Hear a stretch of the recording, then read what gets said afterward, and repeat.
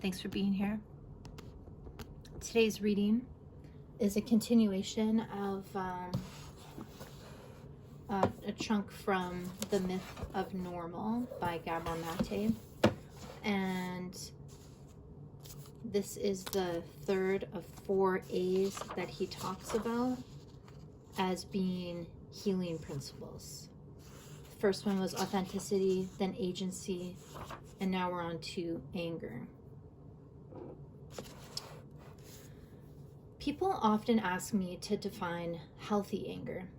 Here's what it's not: blind rage, bluster, resentment, spite, venom, or bile.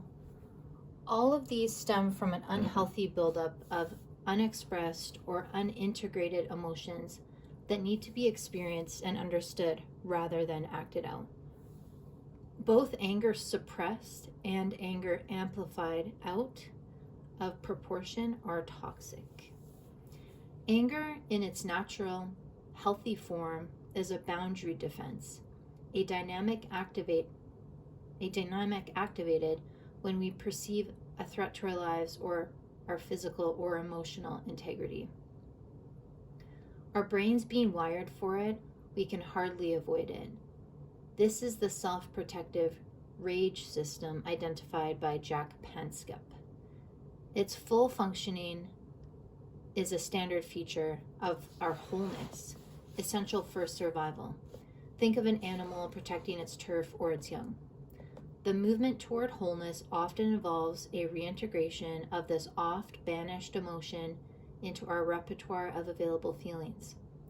This is not the same as stoking resentment or nurturing grievance.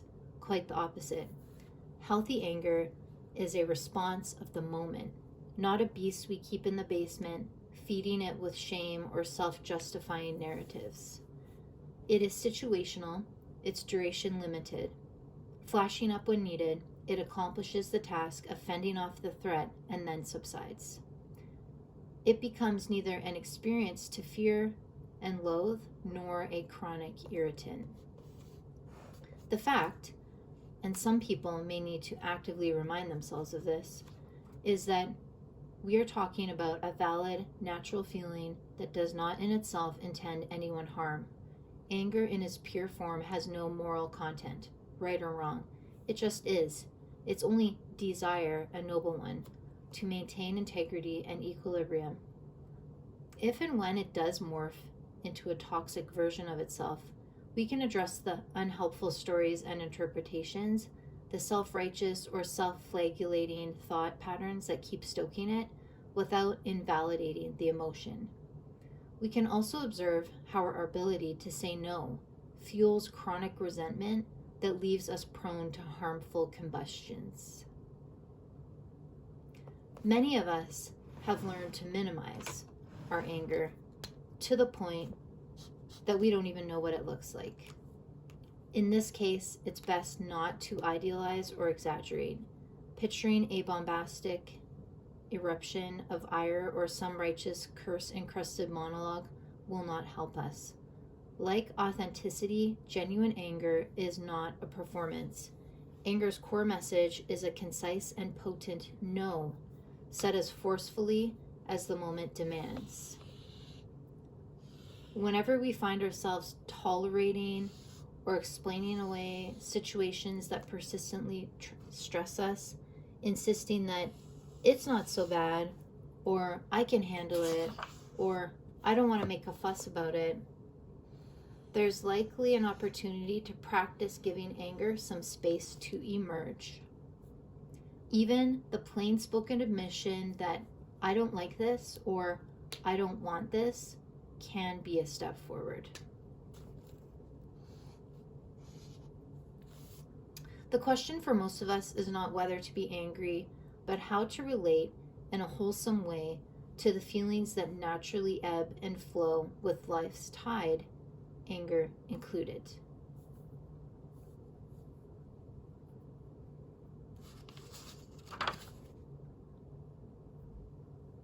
Yeah, so I don't know, I'm just going to make up some affirmations right now. I like